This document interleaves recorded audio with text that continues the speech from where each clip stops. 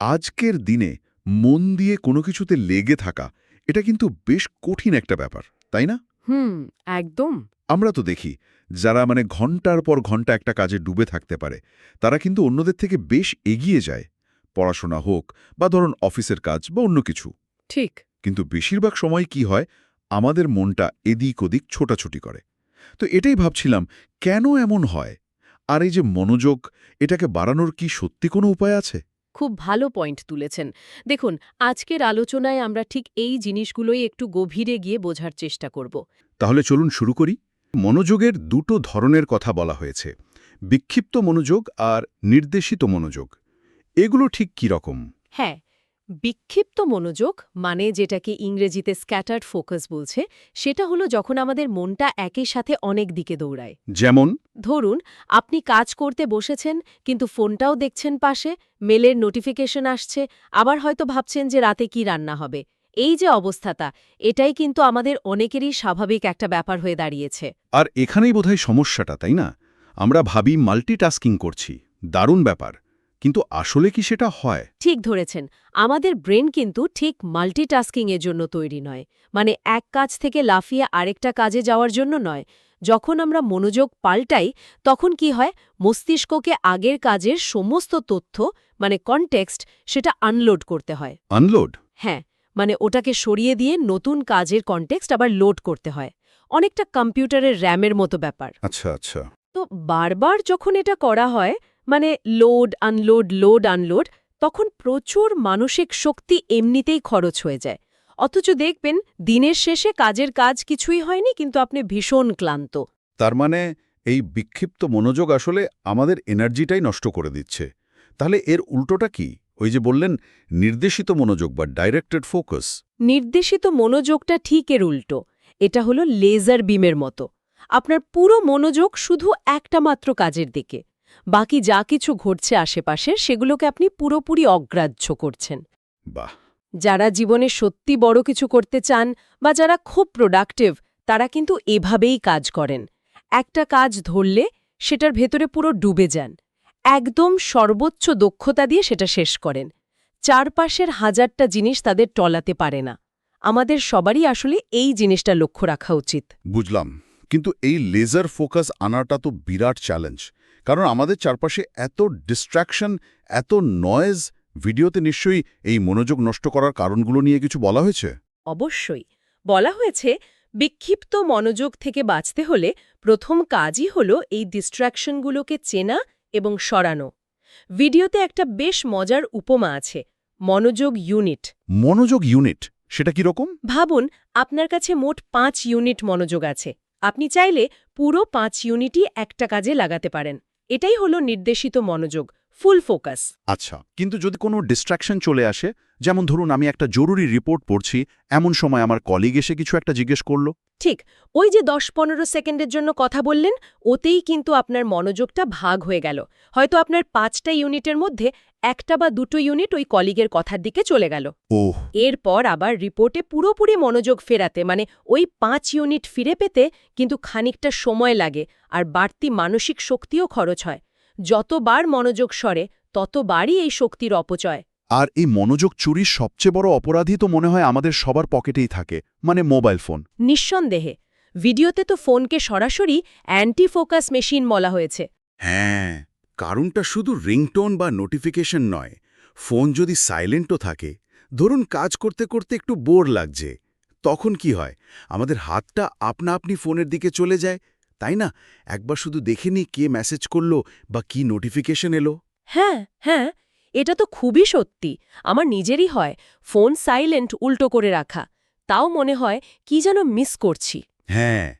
এই সামান্য একবার দেখে নেওয়াটাও কিন্তু মনোযোগের সুতোটা কেটে দেয়, আবার আগের জায়গায় ফিরতে কষ্ট হয়। তাহলে উপায় কি? ফোন কি ব্যবহার করব না? না না, তা কেন? সমাধানটা অত কঠিন না। যখন আপনার গভীর মনোযোগ দরকার, মানে কোনো জরুরি কাজ করছেন, তখন ফোনটাকে হয় অন্য ঘরে রেখে আসুন, অথবা অন্ততপক্ষে চোখের আড়াল করুন। হাতের নাগালের বাইরে রাখুন, যাতে চাইলেই চট করে হাতে না আসে। আচ্ছা। আর শুধু ফোন নয়, অন্যান্য জিনিসগুলোও খেয়াল রাখতে হবে, যেমন টিভির আওয়াজ বা ধরুন ল্যাপটপে অপ্রয়োজনীয় অনেকগুলো ট্যাব খুলে রাখা। এগুলোও কিন্তু ছোট ছোট ডিস্ট্র্যাকশন, এগুলো নিয়ে সচেতন হতে হবে। বুঝলাম, মানে বাইরের ডিস্ট্র্যাকশনগুলো সরাতে হবে। কিন্তু অনেক সময় এমনও তো হয় যে মনে হয় ভেতর থেকেই যেন মনোযোগ আসছে না, শরীরটাই সায় দিচ্ছে না। এর পেছনেও কি কোনো কারণ থাকতে পারে? খুব জরুরি একটা পয়েন্ট। আমরা অনেক সময় ভুলে যাই যে আমাদের মনটা কতটা শরীরের ওপর নির্ভরশীল। ভিডিওতে কয়েকটা শারীরবৃত্তীয় কারণের কথা বলা হয়েছে যেগুলো মনোযোগকে সরাসরি প্রভাবিত করে। যেমন? প্রথমটা হলো ঘুম। এটা খুব কমন। যদি আপনার দিনের 7 ঘন্টার কম ঘুম হয় তাহলে মনোযোগের ক্ষমতা অনেকটাই কমে যায়। নিয়ম করে 7 থেকে 9 ঘন্টা ভালো ঘুম কিন্তু দিনের বেলায় ফোকাসড থাকার জন্য ভীষণ জরুরি। আচ্ছা, আর ব্যায়াম? অনেকে তো ভাবেন ব্যায়াম শুধু ওজন কমানোর জন্য। একদমই না। ব্যায়াম শুধু শরীরের জন্য নয়, মনের জন্য দারুণ উপকারী। প্রতিদিন অল্প সময়ের জন্য হলেও কিছু শারীরিক ব্যায়াম করা উচিত। সেটা জোরদার কিছু না হলেও চলবে। সাধারণ হাঁটা, বিশেষ করে যদি একটু প্রকৃতির কাছাকাছি হাঁটা যায়, তাহলে তো খুবই ভালো। এতে কি হয়? এতে আমাদের ব্রেইনে কিছু জরুরি কেমিক্যালস রিলিজ হয়, যেমন ডোপামিন, নোরপাইনফ্রাইন, সেরোটোনিন। এই কেমিক্যালসগুলো আমাদের মনকে সজাগ করে আর কঠিন কাজে মনোযোগ দেওয়ার যে ইচ্ছাশক্তি বা ক্ষমতা সেটা বাড়াতে সাহায্য করে। এর জন্য ম্যারাথন দৌড়ানোর দরকার নেই, রোজ কিছুক্ষণ হাঁটা বা হালকা মুভমেন্টই যথেষ্ট। ঠিক। আরেকটা ব্যাপার আছে যেটা আমরা হয়তো অতটা গুরুত্ব দিই না, জল খাওয়া। একদম। সকালে ঘুম থেকে উঠে অনেক সময় মাথাটা ঠিক পরিষ্কার লাগে না, তাই না? একটু ঝিমঝিম ভাব থাকে। হ্যাঁ, থাকে তো। এর একটা বড় কারণ হতে পারে ডিহাইড্রেশন, মানে শরীরে জলের অভাব। কারণ আমরা তো রাতে প্রায় ৮-১০ ঘন্টা জল খাই না। তাই ঘুম থেকে উঠে আর সারাদিন ধরে পর্যাপ্ত জল খাওয়াটা কিন্তু ব্রেনকে সচল রাখার জন্য খুব দরকারি। আর খাবার, মানে ধরুন ফাস্ট ফুড বা খুব মিষ্টি জিনিস খেলে কি মনোযোগের ওপর প্রভাব পড়ে? অবশ্যই পড়ে। অস্বাস্থ্যকর খাবার, বিশেষ করে যেগুলোতে প্রচুর চিনি থাকে, সেই খাবার বা পানীয়গুলো মস্তিষ্কের জন্য ভালো না। এগুলো খেলে অনেক সময় ব্রেনে একটা ঝিমুনি ভাব আসে, যেটাকে ব্রেন ফগ বলে। Brain fog? হ্যাঁ, মানে মনে হয় চিন্তাগুলো কেমন যেন ঘোলাটে, পরিষ্কার করে ভাবা যাচ্ছে না।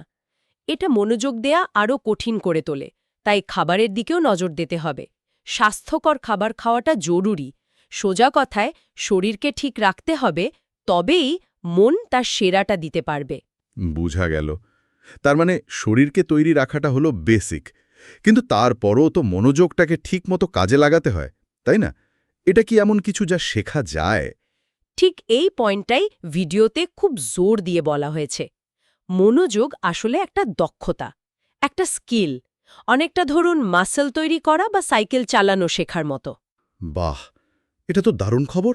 তার মানে যে কেউ চেষ্টা করলেই নিজের মনোযোগ বাড়াতে পারে? হ্যাঁ, পারে। নিয়মিত প্র্যাকটিস করলে মনোযোগের মাসলটাও শক্তিশালী হয়। হয়তো প্রথম দিকে একটানা 10 মিনিটও ফোকাস করতে পারবেন না, খুব কঠিন মনে হবে। হুম। কিন্তু যদি রোজ চেষ্টা করেন তাহলে দেখবেন ধীরে ধীরে সময়টা বাড়ছে। হয়তো 30 মিনিট, 45 মিনিট বা তারও বেশি সময় একটানা ফোকাস করতে পারছেন। তাই শুরুতেই অল্পতে হতাশ হয়ে গেলে চলবে না, লেগে থাকতে হবে। তার মানে ভালো মুড বা ইন্সপিরেশন আসবে, তারপর কাজ করব এই আশায় বসে থাকলে চলবে না।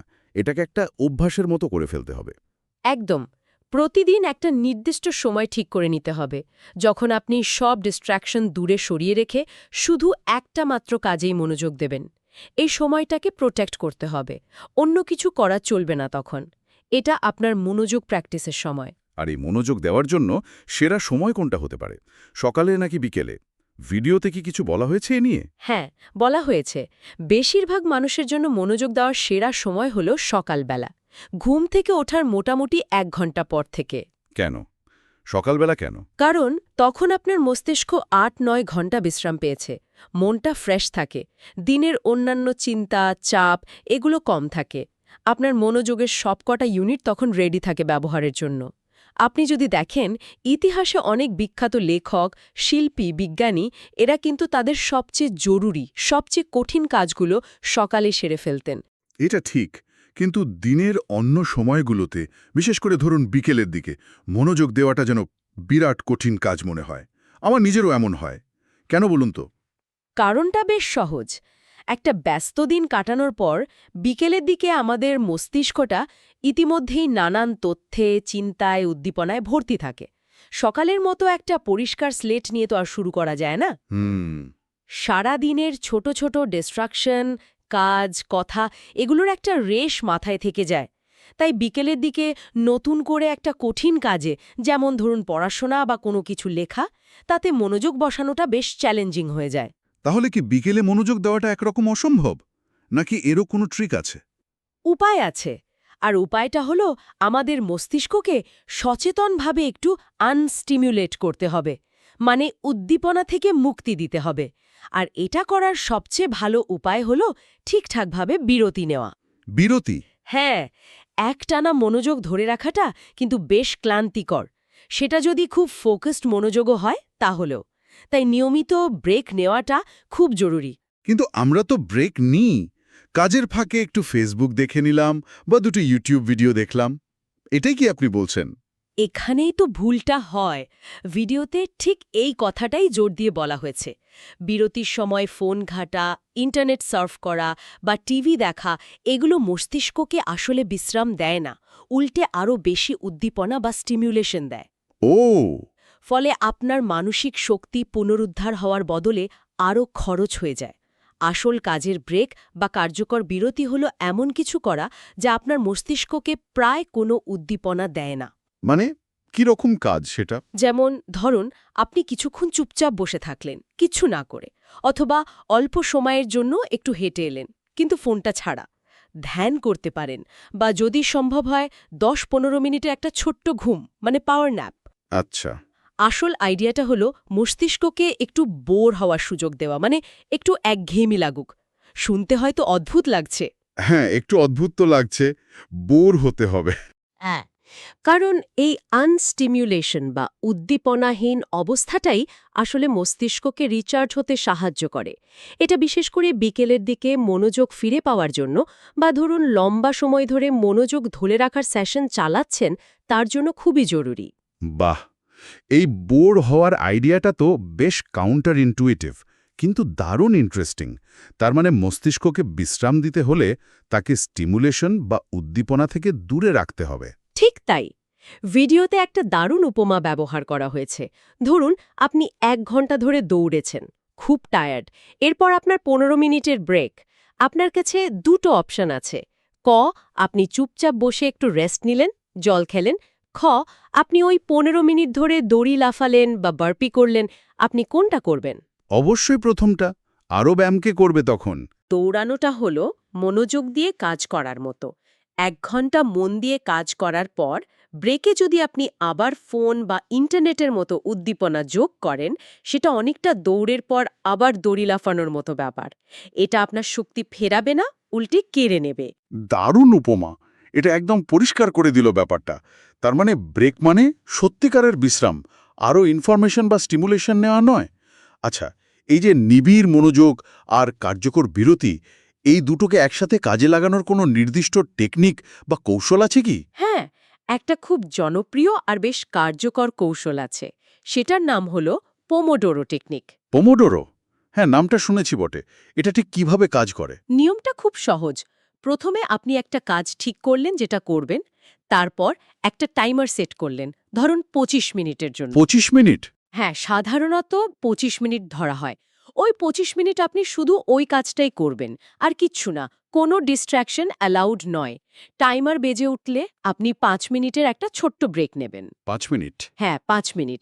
এই সময়টায় উঠে দাঁড়ান, একটু হাঁটাহাঁটি করুন, জল খান, কিন্তু চেষ্টা করুন স্ক্রিন থেকে দূরে থাকতে, ফোন বা কম্পিউটার নয়। আচ্ছা, তারপর? এরকম 4-25 মিনিটের সেশন, মানে 4টে পোমোডোরো শেষ হওয়ার পর আপনি একটা লম্বা ব্রেক নেবেন। সেটা হতে পারে 15 মিনিট, 20 মিনিট বা 30 মিনিটের। তার মানে 25 মিনিট কাজ, 5 মিনিট ব্রেক, এই সাইকেলটা 4 বার।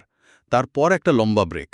কিন্তু এই 25 মিনিট বা 5 মিনিট, এই সময়টা কি একদম বাঁধা ধরা? সবার জন্য এটাই? না, এটা একদম ফিক্স নয়। আপনি নিজের সুবিধা মতো বা কাজের ধরন অনুযায়ী এটাকে পাল্টাতে পারেন। যেমন ওই ভিডিও যিনি বানিয়েছেন, তিনি নিজেই বলেছেন যে তিনি 45 মিনিট কাজ আর 15 মিনিট ব্রেকের সাইকেল ফলো করেন। ও, আচ্ছা। আসল উদ্দেশ্যটা হলো নিরবচ্ছিন্ন মনোযোগের একটা ব্লক তৈরি করা, তারপর একটা সত্যিকারের বিশ্রাম দেওয়া এবং এই চক্রটা ধরে রাখা। আপনি নিজেই কয়েকটা কম্বিনেশন চেষ্টা করে দেখতে পারেন কোনটা আপনার জন্য সবচেয়ে ভালো কাজ করছে, ৪৫-১৫ বা ৫০-১০ এরকম। চমৎকার। মনে হচ্ছে মনোযোগ বাড়ানোর জন্য তো অনেকগুলো প্র্যাকটিক্যাল উপায় নিয়ে কথা হলো। পুরো আলোচনাটা যদি একবার ছোট করে গুছিয়ে নিই তাহলে মনে রাখতে সুবিধে হবে। অবশ্যই। আমরা যদি মূল বিষয়গুলো এক জায়গায় আনি তাহলে কি দাঁড়ায়? প্রথমত আমাদের বুঝতে হবে আমরা কোন ধরনের মনোযোগ দিচ্ছি, বিক্ষিপ্ত নাকি নির্দেশিত। লক্ষ্য রাখতে হবে নির্দেশিত মনোযোগের দিকে। রাইট। দ্বিতীয়ত মনোযোগ নষ্ট করে এমন জিনিসগুলো মানে ডিস্ট্র্যাকশন, সেগুলোকে সচেতনভাবে সরাতে হবে, ফোন হোক বা অন্য কিছু, কারণ এগুলো আমাদের মনোযোগের ইউনিট আর এনার্জি দুটোই নষ্ট করে। ঠিক। তৃতীয়ত শরীরের যত্ন নেওয়াটা মাস্ট, মানে পর্যাপ্ত ঘুম, হালকা ব্যায়াম, জল খাওয়া আর স্বাস্থ্যকর খাবার, এগুলো মনোযোগের ভিত তৈরি করে। চতুর্থত মনে রাখতে হবে মনোযোগ একটা স্কিল, এটা শেখা যায়, বাড়ানো যায় নিয়মিত অনুশীলনের মাধ্যমে। তাই এটাকে একটা অভ্যাসে পরিণত করতে হবে, বিশেষ করে সকালের দিকটা কাজে লাগালে ভালো। আচ্ছা। পঞ্চমত বিরতির সময় মস্তিষ্ককে উদ্দীপনা থেকে দূরে রাখতে হবে, মানে হাঁটা, ধ্যান করা বা চুপচাপ বসে থাকা। ফোন বা ইন্টারনেট ঘাটাঘাটি নয়, এই বোরিং ব্রেকগুলোই আসলে কাজের। একদম। আর ষষ্ঠত পোমোডোরো টেকনিকের মতো কিছু কৌশল ব্যবহার করে কাজ আর বিশ্রামের মধ্যে একটা ভালো রিদম তৈরি করা যেতে পারে। দারুণভাবে গুছিয়ে বললেন। এই বিষয়গুলো জানা এক জিনিস, আর সেগুলোকে রোজকার জীবনে কাজে লাগানোটা আরেকটা। আজকের এই যুগে যেখানে চারপাশ থেকে সবকিছুই আমাদের মনোযোগ কেড়ে নিতে চাইছে, সেখানে নিজের মনোযোগটাকে নিয়ন্ত্রণ করতে পারাটা সত্যি একটা সুপার পাওয়ারের মতো। সন্দেহে, কারণ যারা মনোযোগ দিতে পারেন তারা দ্রুত শিখতে পারেন, গভীর কাজ করতে পারেন, প্রোডাক্টিভ হতে পারেন, আর স্বাভাবিকভাবেই নিজেদের লক্ষ্যে পৌঁছানোর সম্ভাবনাও তাদের অনেক বেড়ে যায়। আর এখানেই আমরা আজকের আলোচনাটা শেষ করছি। তবে শ্রোতাদের জন্য একটা ছোট্ট প্রশ্ন রেখে যেতে চাই। আচ্ছা ভাবুন তো, যদি প্রতিদিন অল্প অল্প করে, ধরুন মাত্র 10 বা 15 মিনিট করেই না হয়, আমরা আমাদের মনোযোগ দেওয়ার সময়টাকে একটু একটু করে বাড়িয়ে তুলতে পারি, তাহলে মাস শেষে বা বছর শেষে এর মিলিত প্রভাবটা ঠিক কীরকম হতে পারে? এই ছোট ছোট মনোযোগের অভ্যাসগুলো দিয়ে কোনো বড় লক্ষ্যগুলো হয়তো আমরা ছুঁয়ে ফেলতে পারবো, যা আগে হয়তো অসম্ভব বলে মনে হতো। এটা একটু ভেবে দেখতে পারেন।